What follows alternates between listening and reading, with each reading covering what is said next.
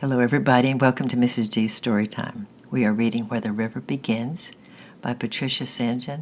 with permission of Moody Publishing Company, and we are reading Chapter 8, Flight. For the next 3 days, things went from bad to worse at home. The fat, yellow-haired girl became a recognized person whom Mom and Dad quarreled about, and she had a name, Gloria. Dad came home late and appeared only at breakfast. Mom went about looking like a ghost with dark circles under her eyes. Did not seem able to listen to what anyone said. She was always laying down with headaches or crying, and Wendy and Debbie did exactly what they liked. In Francis's view, they became more and more cheeky. Outside, the spring surged in its fulfillment, and the yards were gay with daffodils and tulips and blossoms, but inside the house seemed to get colder and drearier every day. Then came a terrible morning when Mom did not come down to breakfast at all, and Dad gave them their meal and seemed to want to hustle them off to school in a great hurry. He always dropped off Wendy and Debbie on his way to work, but Francis went on the bus and saw no reason to start just after 8. "It isn't time," he argued. "I shall get there too early. Besides, I haven't said goodbye to Mom." "Well, you can't say goodbye to her today. She's not well enough. I want you out of the house before I leave, see?" "Well, why?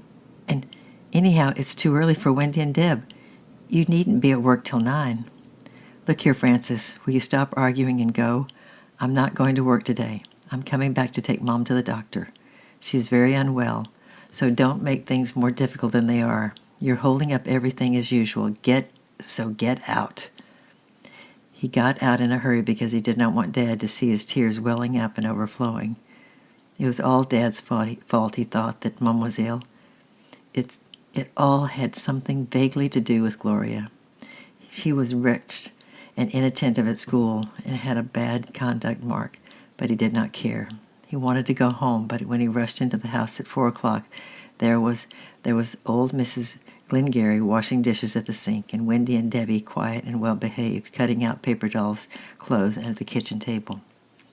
"Where's Mom?" said Francis abruptly. "I'm afraid your Mom's not well and has to stay in the hospital for a time, dear," said Mrs. Glengarry kindly. "I just came over to give your tea till your Dad comes at 6. Now you've come, we'll put the kettle on, and Wendy will show me where everything is and help set the table." "Me too," said Debbie, who usually never wanted to help. The girls were all graciousness and helpfulness, and tea passed pleasantly. Mrs. Glengarry had made them a cake and told them comfortable stories about her cat that made Wendy and Debbie laugh. But Francis felt desolate. Halfway through the tea, he pushed back his plate and said loudly, "Mrs. Glengarry, how long will Mom have to stay in the hospital? And when can I go and see her? Can I go on the bus now? I know the way." Mrs. Glengarry hesitated. "I'm afraid she's not in that hospital, dear," she said. "She's gone to a special hospital further away, and she's not allowed visitors at present. But you could write her a letter. Would that help?" "Not really," said Francis. "I'm not very good at writing letters. Mrs. Glengarry, what's the matter with my Mom?" The old lady looked troubled. "I think you'll have to ask your Dad about that, Francis," she said quietly. "I'm sure he'll explain. You've noticed your mother hasn't been too well lately, haven't you? I think it's all the same thing. It's not a dangerous illness. She just needs rest." "She had headaches and she cried," said Francis, "but she wasn't ill. May I leave the table, please?" Tears were welling up again, and he ran out into the yard and sought refuge in the cherry tree. It was just bursting with blossom like a great white tent, and he had once imagined that he would sit here with Mom. Whatever could happen to them all without Mom? Perhaps Granny would come. He liked Granny, but she did not get along with Dad, and she would not be at all pleased with Gloria. It would soon be sunset, and he watched the thrush fly home to its nest in the hedge, and the sky through the gapes in the young blossoms glowed brightly, tingling the white petals with pink. It was so quiet, and Mom could have rested here. Then he saw Mrs. Glengarry go home to feed her cats, and he thought she had better get back to Wendy and Deb. There would be an awful row if he was not there when Dad came home. Miss Glengarry had left everything in perfect order, and the little girls seemed unusually peaceful. When Dad came in, they were all playing happily, and they switched on the television and sat down beside them. "What's the matter with Mom?" asked Francis. "Why can't I go and see her?" "Because she's gone to a hospital out in the country, and she'll have to stay there for a time. She'll be all right, Francis. It's her nerves. She just needs a good rest. How long will she stay there? I really don't know, but don't worry. We're going to fix things up tomorrow. In the meantime, there's supper to think about, isn't there? How about going to the fish and chip shop, Francis, and bringing us all a nice hot supper? The little girls clapped their hands and they love fish and chips. Francis took the money and set off along the dark street. He walked slowly because he hated being at home without Mum, even with the fish and chips. He was glad there was a line that he would have to wait, but he was not glad to see Spotty ahead of him. He turned his head as Spotty left the shop and hoped he had got rid of him. But when he finally made his purchase and stepped out into the street, there was Spotty waiting. "I'm walking home with you," said Spotty mysteriously. "How come you told the police about our hideout?" "I didn't," said Francis, startled. "I never told them nothing. Honest, I didn't. She asked me questions, and I just said, 'Oh, yes, we know all about her,'" said Spotty, who had known nothing about her till that moment. "And if you'd never told her nothing, how come they found the hideout and boarded it all up?" "Not that it bothers us. We'll find another, but we shan't tell you. Always it said you were soft. Tyke's going to do you in this time." He seized Francis's package and flung it in the ground and kicked him on the shins. Francis flew at him and punched him in the stomach. Spotty grabbed his hair, hit him in the face, and then sent him sprawling on the ground, after which he took to his heels. He did not like fighting. It made him too breathless. Francis got up slowly. His lip was cut, bleeding, and his hands covered with mud, and worst of all, the fish and chips had fallen out on the pavement. The fish was all in pieces, and however hard he tried to scrape the dirt off the chips, he could not remove it all. He wrapped them up again and crept home, feeling sore and frightened. His father was in the kitchen setting the table. "You've taken your time, haven't you, Francis?" he snapped. "And good night. What have you been doing? You look as though you've been in a fight." "I fell down, Dad. I'm sorry. I'm afraid I fell on top of the fish and chips and it got a bit squashed." He handed the sad-looking package to his father, who stared at it in disgust. "Well," he said at last, it's your supper, so you'll have to make the best of it. But you're so clumsy. You're a clumsy one, aren't you? Can't even go to the fish shop without messing everything up. Now call the girls and come and eat." Nothing went well. Wendy made loud, unnecessary remarks about the grit in her chips, and when it was bedtime, Debbie started to cry for Mummy. Dad, who had tried hard to begin with, grew short-tempered, and Francis watched a program that did not interest him, and then sat and wandered up to bed. His lip hurt. He was miserable about his mother and terrified of Tyke. Tyke could beat him up as easy as winking. He wondered what would happen if he went down now in his PJs, told Dad all about it, and asked him to protect him. His dad did not like him much, but there were moments when he had been kind. Once he had bought him a bicycle. Twice he had taken him to the football game, and had often brought him ice cream and taken him swimming. When Wendy was still little and had not started pension, they had been quite good friends. And anyway, even if he was very angry, his stepfather would not let him be beaten. With a pounding heart, he jumped out of bed and hurried downstairs in bare feet. Dad would be watching TV in the living room. He crouched at the door listening, but the set was switched off, and Dad was talking and laughing in a way he never did with Mom. Someone was talking back in an excited, giggly voice.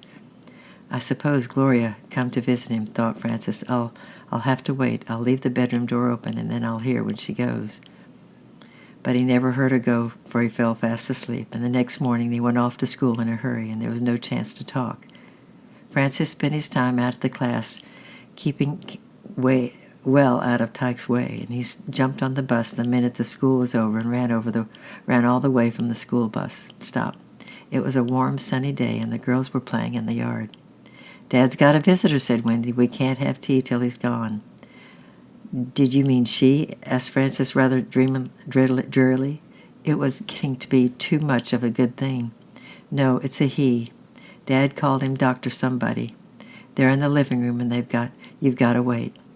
Francis walked very quietly into the house and put down his school bag.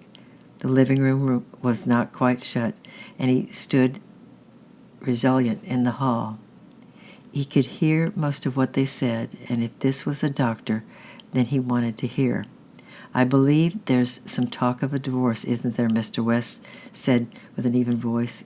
"Could this be the real root of your wife's trouble?" "Oh, I don't know about that," answered Dad, sounding rather put out, "but we can't go on like this. Unfortunately, things just aren't working out between me and my wife." "I see. Well, she'll have to be under care for some time. She's in the throes of a very bad nervous breakdown, and what is troubling her at this moment is, what's going to happen to the children? I presume you can't keep on your job and look after them. Not really, said Dad. I've been thinking it out, and I have a talk with the manager this morning. He's been most helpful. The little girls can go to my mother, and I've asked for a transfer. Our business has a plant up north, not too far from where my mother lives, and there's a vacancy next week. I shall have to shut up the house for a time and get an apartment near my job. And what about the boy? Will he go too? I'm afraid not. He's not my boy, and he's a bit of a problem at the moment, getting into bad company and that sort of thing. My mother couldn't possibly be responsible, and besides, she hasn't room for 3 children. He'll have to go into foster home. That seems rather rough on the little chap. Isn't there another granny who could have him? My wife's mother lives in a 1-bedroom apartment and has arthritis. She'll come down to be near my wife, but she couldn't cope with the house and the boy, and I think she'll stay with friends. I see. Then it's just a matter of getting in touch with the social services and finding some place for the boy. Francis had stood rooted to the spot, but he suddenly realized that the conversation was coming to a close, and whatever happened, he must not be found in the hall. Besides, he would have to act very fast indeed. He knew about going into foster homes. He had a friend in one, and Tyke would almost certainly beat him up if he was in a foster home, as it would not be like having his own folks to protect him. And suddenly he knew where he was going. He got his bike and paddled very fast down the path into the road. "Tell Dad I've gone for a ride," he shouted to Wendy. "I don't want any tea." He was off, and with a sweet spring wind blowing his hair backwards down the main road off to the right. Now he was in the country, and the birds were singing, and there was tufts of emerald on the hawthorn hedges, and the blanks were starred with clementines and primrose, and apart from a general sense of greenness and hopefulness, he did not notice much. He was trying to decide what he was going to say. He could not help knowing that he had made rather a poor impression on his first visit, and this time he must do better. There was always plenty to do on a farm, and he could milk cows, feed pigs, anything. He was rather hazy about farms, but he would convince him that he was a wonderful worker. An easy holiday were just about to start.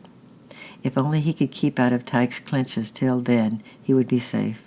Tyke would never find him there. He was coasting through the village, thinking of more and more things that he could do, and by the time he reached the bridge over the river, he had come to think that they were very lucky to get him. The water had gone down considerably since the day of his great adventure. He could see the road that led right to the farm. It was still broad daylight, and he stood for a time at the gate, considering exactly how to introduce himself.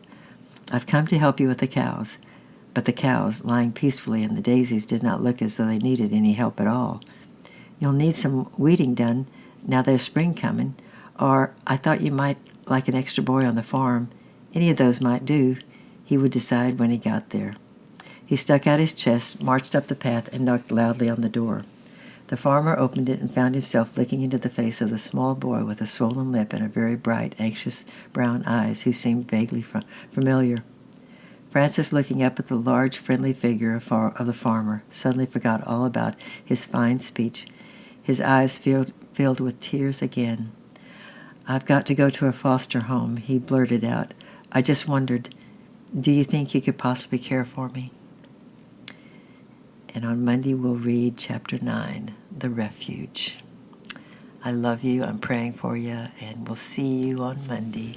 Bye-bye.